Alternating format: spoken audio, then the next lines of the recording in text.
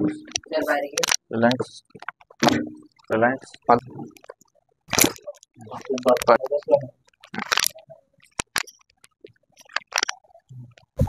सर्व झोपा एक मिनिट उताना झोपा सर उठून बसा एक मिनिट पाय सरळ करा. हा आता मी काय सांगतो नीट ऐका. तुमच्या कमरामध्ये L4 L5 मध्ये वरची डिस्क असते ती वरून खाली सरक. आता डिस्क सारखून भरपूर दिवस झाले, तर आम्ही 3 ते 5 वर्ष तरी झाले. याच्या आधी तुम्हाला कमरामध्ये टीचं भरायचं, चमक भरायची कधीतरी. वजन उचललं, वाकून काम केलं, वाकून वजन उचललं तर व्हायचं. पण आता काय झालं, एवढं काहीतरी झटका बसला, वजन उचललं लिमिटपेक्षा जास्त, त्याच्यानं ते कार्टिलेज गादी असते ती बरीच बाहेर आली. म्हणून कमरापासून ची जी सायटिका नावाची नस असते गादी सरकण्यामुळे ती पायाला खोमरेला कनेक्ट असते. म्हणून आता बऱ्यापैकी वन साइड दुखायला लागलं.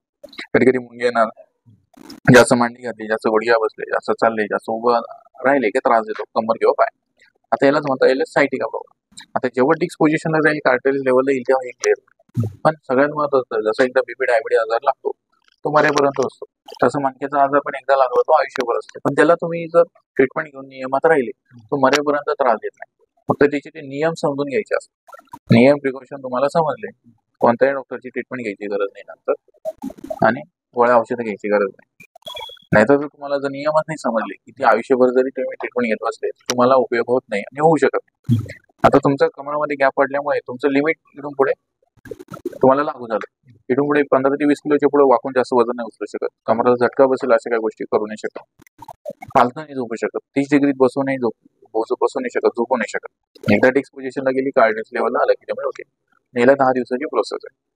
याला आंबट, वातळ, गॅस, ऍसिडिटी, पित्त होईल अशा गोष्टी टाळायच्या. समज. दुसरं, जसं की 4 व्हीलर आहे त्याची व्हील अलाइनमेंट आपण करतो, तसं मणक्याचं पण अलाइनमेंट असतं. ज्या वेळेस खड्ड्यात जाऊन गाडी आदळली तर अलाइनमेंट बिघडतं, पण वेळेच्या आत तुम्ही जर अलाइनमेंट नाही केलं तर चांगल्यापैकी घसलं जातं, त्याला फेकून द्यावा. तसं मणका आहे, मणक्याचं अलाइनमेंट बिघडलं तर त्याचं वेळेच्या आत त्याची पोझिशनला येणं महत्वाचं आहे. पोझिशनला नाही आलं तर हे आजार वाढतच जातो, आणि पोझिशनला न आणता तुम्ही जर त्याच्या पेन किलर स्टोरेज खात बसले तर ते नंतर डॉक्टर म्हणतात तुम्ही ऑपरेशन करावं लागेल, नस ब्लॉक काढावं लागेल, अशा गोष्टी तुम्हाला सांगितलं जातं. पण हेच वेळेच्या आत केलं तर 100% रिकव्हर होतं. तुम्ही 100 वर्ष पाठीमागे जर गेले तर त्यावेळी ऑपरेशन ही पद्धत नव्हती, त्यावेळेस याच नॅचरल पद्धती सगळ्या होत्या. म्हणून त्यावेळेस काय व्हायचं की प्रॉब्लेम झाल्यानंतर वैद्य लोक वगैरे, हाडवैद्य लोक असे, त्यांच्याकडे लगेच जाऊन लगेच 2 मिनिटात समजून जायचा आजार आणि लगेच इलाज व्हायचा. पण आता काय होतं, थोडी जरी चमक झाली, काहीतरी झालं, तुम्ही काय करता, मेडिकलमध्ये जाऊन एखादी पेन किलर खाणार, जास्त झालं तर एखाद्या फॅमिली डॉक्टर जाऊन इंजेक्शन घेणार, त्याच्याने दुखणं बरं नाही होत, पुश होतं, पुढे ढकललं जातं. पण ज्यावेळेस लिमिट क्रॉस होतं त्या इंजेक्शन गोळीनी पण फरक पडत नाही. मग नंतर जास्त झालं डॉक्टर म्हणतो, फॅमिली डॉक्टर तुम्ही जा मग स्पेशलिस्ट, मग MRI करा, एक्सरे करा, त्याच्यात दिसतं की असं असं झालं.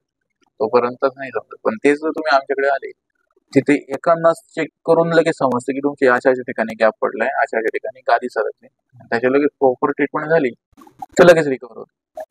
आता याला 3 दिवसांनी फरक पडेल, 10 दिवसात कव्हर होईल. याला नियम आहे कमरासाठी, इथून पुढे 15 ते 20 किलोच्या पुढे वाकून जास्त वजन नाही उचलू शकत, कमराला झटका बसेल अशा गोष्टी करायच्या नाही. LS बेल्ट पुढचे 3 महिने लावायचा कमराचा बेल्ट, फालतू झोपणं नाही जाणार, आंबट, वातळ, गॅस, ऍसिडिटी, पित्त होईल, जड आणणार, थोडे दिवस टाळायचं. झाड गादी, झाड सोपा, बसणं दुखणं टाळायचं आहे. मोपेड गाडी चालवायची नाही. मोपेड आहे तर मोटरसायकल छोटा, ओके, मोटरसायकल नाही चालत, फालतू पूर्ण फालतू.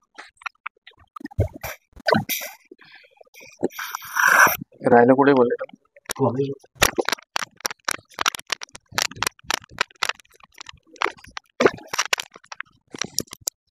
सोडा रिलॅक्स.